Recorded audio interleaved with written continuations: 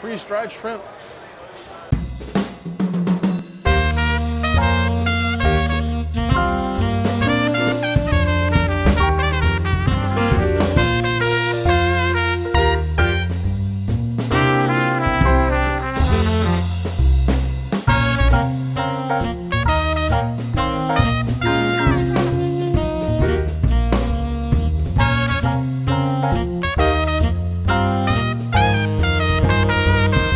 Hello, fellow travelers. Today you'll be joining us on our trip to the Florida State Fair located in Tampa, Florida. I actually grew up about 45 minutes from Tampa, and the State Fair was always something that I looked forward to every year. As a kid, I was all about the rides and the Midway games, but now we mostly come for the food. Well, the food and cracker country, but we'll get to that. The Florida State Fair is held at the State Fairgrounds in Tampa every year in early February, and typically it will run for just over 2 weeks. That's not a lot of time, so you definitely need to plan out your trip once they announce the dates if you don't live nearby. Pricing is always affordable, with tickets running in the range of $10 to $15 per adult, and they always have free parking. They also will run discount deals throughout the year on their website, and you can sign up for the email list to make sure you get notified about those deals. This year we got in for $5 per person on a Black Friday deal that they ran, so it's always worth it to keep an eye out for those sales.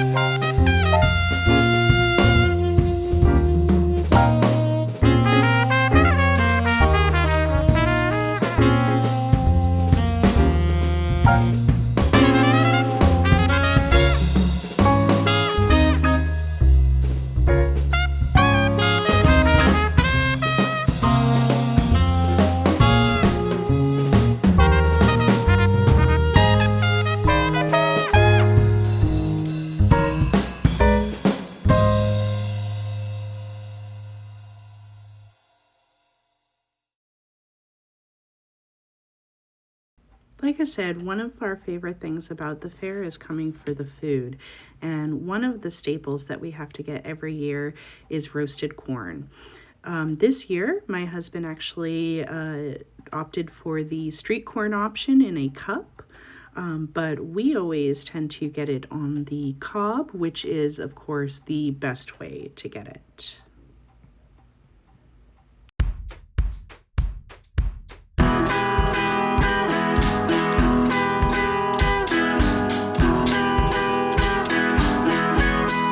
Next on our list was heading over to Cracker Country. I did say we would get to Cracker Country, and here we are. We spent a lot of time in this area this time. Cracker Country is something that I love doing every year when we come to the fair. Cracker Country is a recreation area where there are people that come out and will dress up in period clothing that is reminiscent of the late 1800s, early 1900s, when settlers first really started coming to Florida. Florida natives are called crackers, hence Cracker Country. This is, like I said, probably my favorite part of the fair.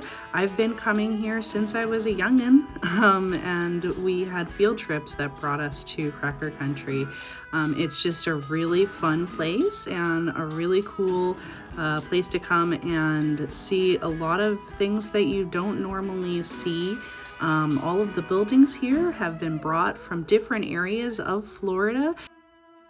And one of the best parts about all of these setups that they have are all of the demonstrations that they have in those different old buildings that have been brought throughout Florida. Here in the church, they had a lovely band set up, and they were playing almost all day. Here, have a listen.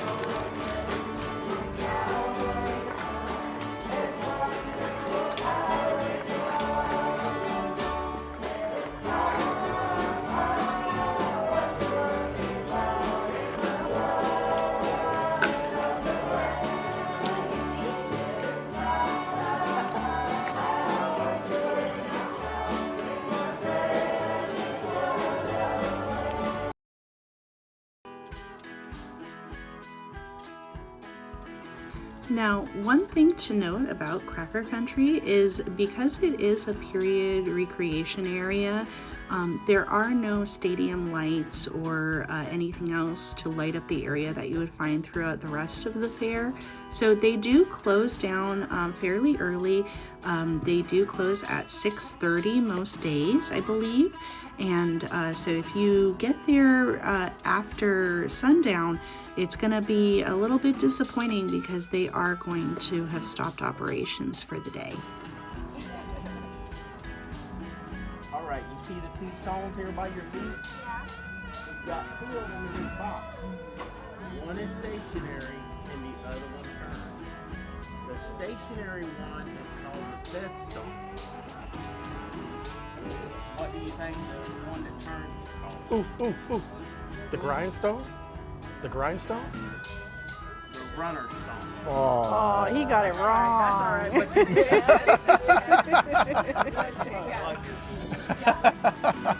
So anyways. The runner stone. So if you look in the back of the machine, there's a red knob. Y'all see it? You might can see it better from over here. You see the red knob over there? Yeah. We can adjust that knob, the air gap in between those stones, for either a coarse grind grits or a fine grind for meal. Alright, that's the only difference between grits and meal is the coarseness of the grind.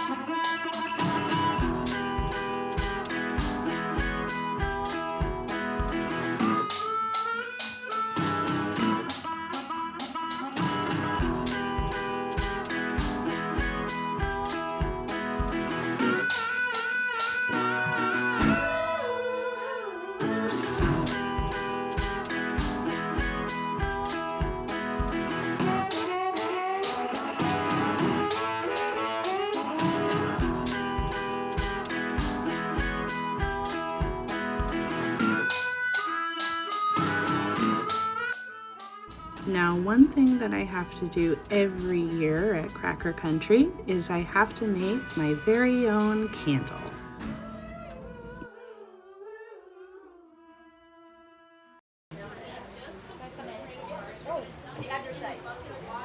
There's your ticket. Thank you. And the lady in the middle will be open for you in just shortly. Okay. Okay.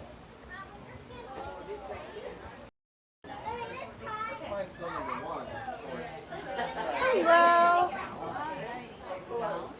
I have a ticket for you. Good. Go ahead and grab this for me. So you're going to hold it with both of your hands, kind of like a fishing rod down on the bottom there.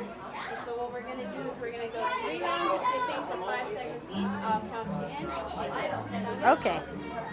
Alrighty, make sure when you're dipping, you only dip the candle part, not the wick. Okay. Makes a little more work for you. Alright, there. Perfect. So that'll be 1, 2, 3, 4, 5. So every time it comes up in the air here, it's putting a new layer of wax on the candle. And depending on how many times you do that, that makes it how good the candle is. It's pretty good. So we'll go for round 2 here. Go ahead and dump it right back in. So that'll be 1, 2, 3. Oh, I went too fast. That's all right. You count these more just to get it nice and heated up. You don't want to heat up too much, or else that new layer slides off. Ah. So yeah, a little hot, but it's not that So it's better to go less than more. exactly. Yeah, and if you want a bigger candle, sometimes you can have a mold instead of doing dipping like this, but it depends on what everyone uses. All right, this will be the last one. So put it right back in. Thank you. 1, 2, 3, 4, and 5. Go ahead and bring it up. And that will be your finished candle. Hold down the bottom here so it doesn't drip while you're moving. I'm going to take it by the wick. You can go dunk it in the pail over there to make sure it's nice and even before you heat it.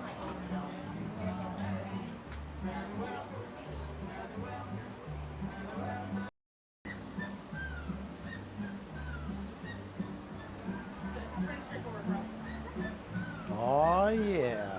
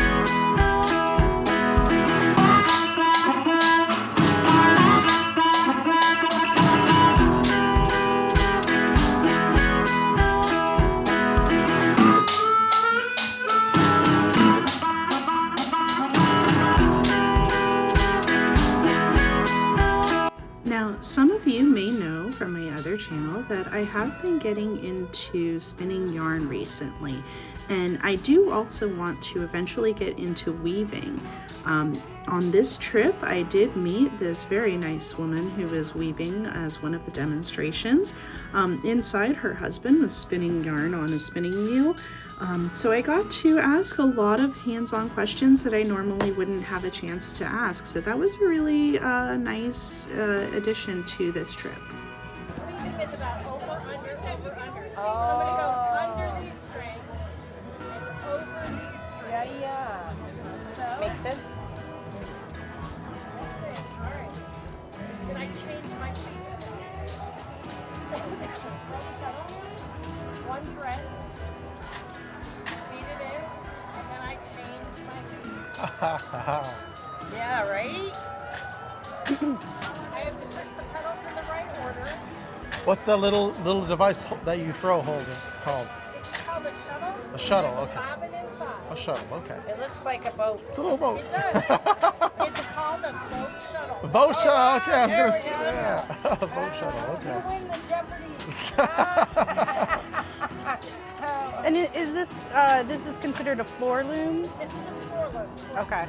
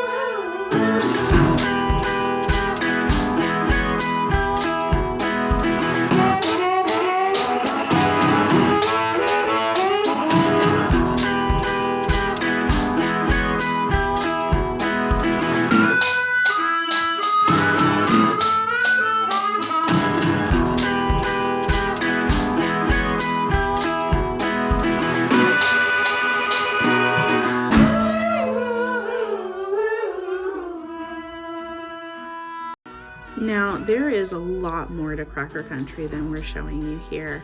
There's also the old train station that has an entire train set that's set up. We actually didn't get any of that footage because our camera was starting to die by this point. So, you know, if you want to make it out to the Florida State Fair next year and visit Cracker Country, I'm sure they would love to have you. It's a great time and it's actually educational.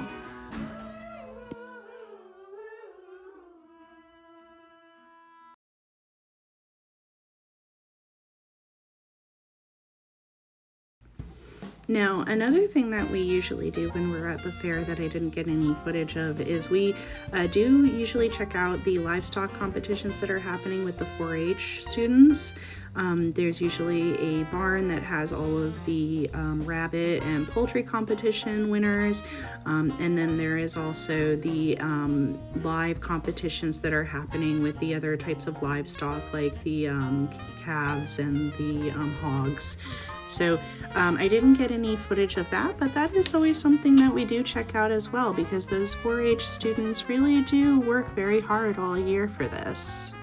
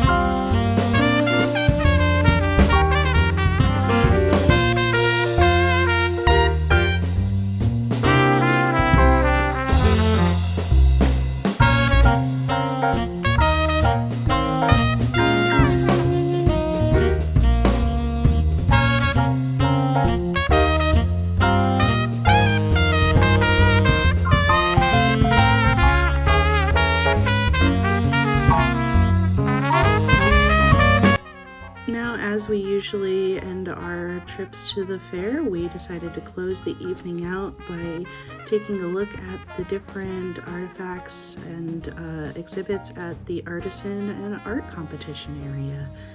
This is something we always love to check out. As you might have noticed in our last video, we love looking at the artwork and the different artistry that the competitors bring to these works.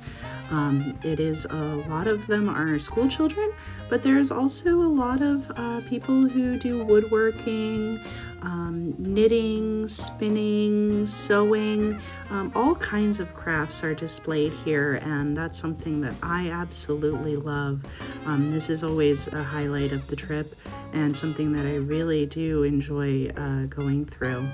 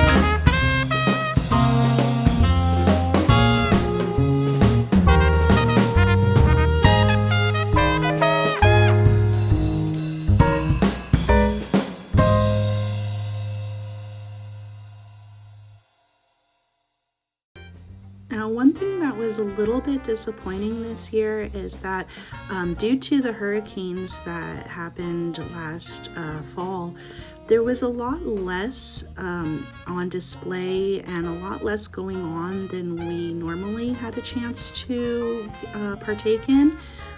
In this area last year, there was an entire BattleBots competition that happened, and nothing like that was happening this year, so we were a little bit disappointed by that. Also, some of the areas in Cracker Country were definitely impacted by the floods that happened because of the hurricanes. There was an entire building that was not safe to be going, that was not safe to go into, that we couldn't actually go in. So there is a lot that has been still recovering from Hurricane Milton.